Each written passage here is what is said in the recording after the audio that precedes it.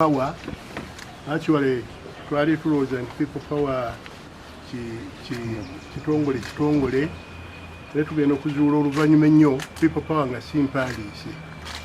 So olaba ekipapula kino endagaano yaffe yalimu ng'eraga bulungi nnyo buli omu buvunaanyizibwa obunaabeera kimu mukago.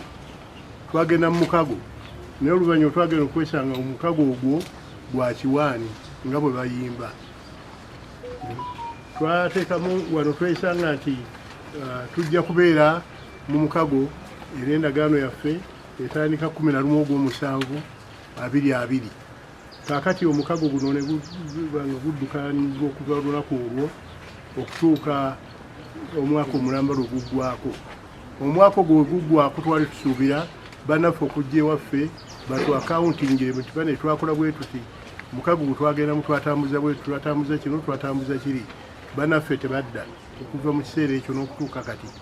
Omwaka guggwako endagaano gye twakola nabo gye mulaba wano endagaano yasayingibwa omwami Lugongoya nga Secretary General wa People Power ne tekewa ne Mukonge Kibalama ng'eyaliwo mu kiseera ekyo nga nze nkulembera.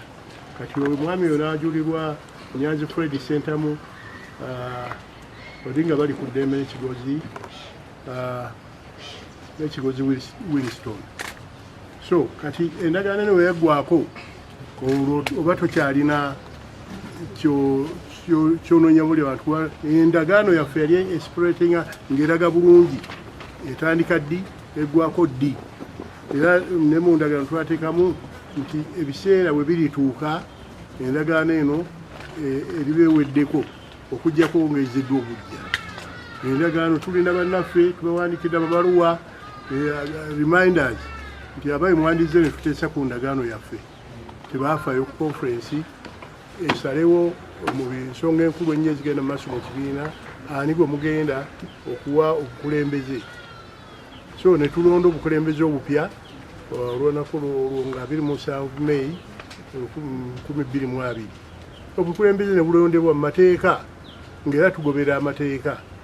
Obukulembeze ne bulondebwa abamu ne bubawummuza abamu ne babakyusa mu bifo. Era weesanga nti abaami abamu aboogerwako nga Bobi Wine tebaamuwummuza nti dde ebbali w'ekibiina tojja kukola. Baamuwa obwa foreign secretary. Foreign secretary akola ku nsonga z'amawanga g'ebweru. Omwami omuwulira enfunda nnyingi nnyo ng'atambula nnyo mu mawanga g'e Bulaaya, Amerika, ewa Europe yonna atuukayo.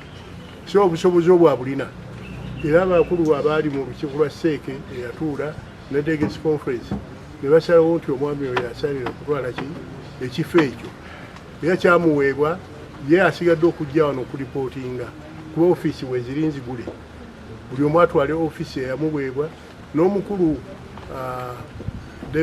David Lugongoya oyo abadde Secretary General naye ekifo kye weekiri n'ofiisi eweeri. Tulina ofiisi enkulu ennyo gyaddukanya ofiisi eya research kwe kubuuliriza ebifa munda n'ebweru w'ekibiina okugayiringa ekibiina wa gye kiraga ng'oyita mu lukiiko olwo olwali twayita abantu ne tulanga ne mawulire New Vision nga tuwa notisi ey'olukiiko olwo.